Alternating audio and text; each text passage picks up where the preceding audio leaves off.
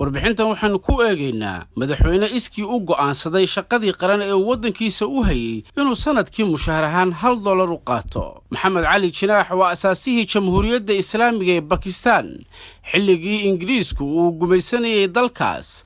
waxa uu noqday barasaabkii guud ee Bakistan markii uu dalkiisu madax bannaanida qaatayna waxa uu noqday madaxweynihii ugu horeeyay.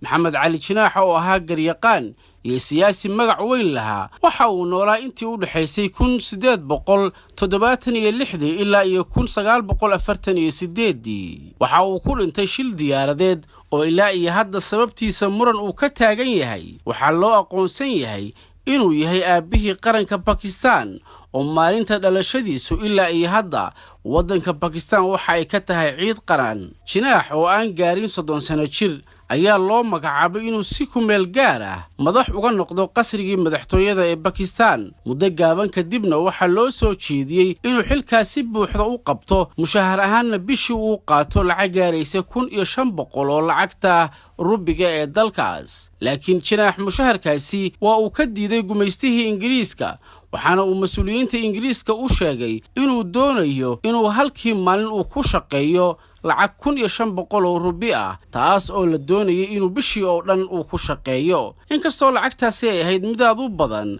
haddana aakhirkii gumaystihii Ingiriisku waa ay ka aqbaleen in lacagtaas ay mushaharaan u siiyaan. markii uu gumaystihii baxay Maxamed Cali Jinaax wuxuu noqday madaxweynihii ugu horeeyay Bakistan. wuxuu sameeyay arrin taariikhi ah oo ay madax badan oo dunida uga dayatay.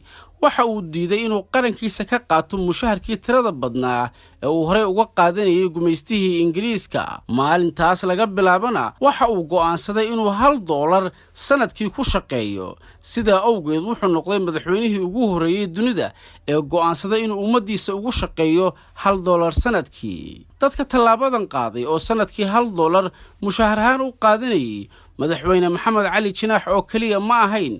waxaa jiray madax dawladeed iyo kuwo shirkadeed oo badan oo iyagu iskood u go'aansaday in shaqada ay hayaan ay ku qaataan sanadkii $1 kuwaas oo afka Ingiriiska lagu yiraahdo $1 a year man. maxay ahayd sababta $1 ay u qaateen sanadkii iyagoo iska badayn karay? sababtu waxay ahayd si ay u caddaato in qofku uu ka mid yahay shaqaalaha dawladda ama shirkadda. waxaana uu sharciga dawladdu kalifayaa in qofku uu ku jiro liiska mushahar qaatayaasha dawladda ama shirkadda oo ah shaqaalaha rasmiga ah.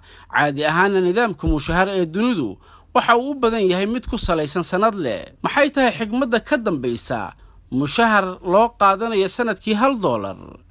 taariikhda mushaharka $1 sanadkii waxa uu bilowday xilliyadii uu sida kulul u socday dagaalweynihii koowaad ee adduunka iyo dagaalkii labaad iyo sidoo kale dagaalkii Kuuriyada oo sida taariikhda ku xusan ay ku nafwaayeen malaayiin dad ah. tiro intaas ka badanina ay ku naafoobeen ayaa waxaa si weyn dunida guud ahaan looga dareemay baahida loo qabay xoog shaqeeya oo iyagu aan dagaalada gelin si dhaqaalaha afka dhulka la galay aanu u nafbixin.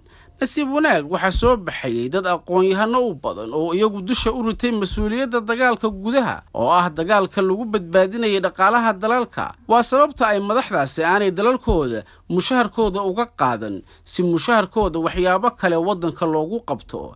dadkani waxa ay dalalkooda ama shirkadahooda ugu tabaruceen aqoontoodii iyo caqligoodii. waa Cabdirasaaq Shubbo intaan dib u kulmayno nabadgelyo.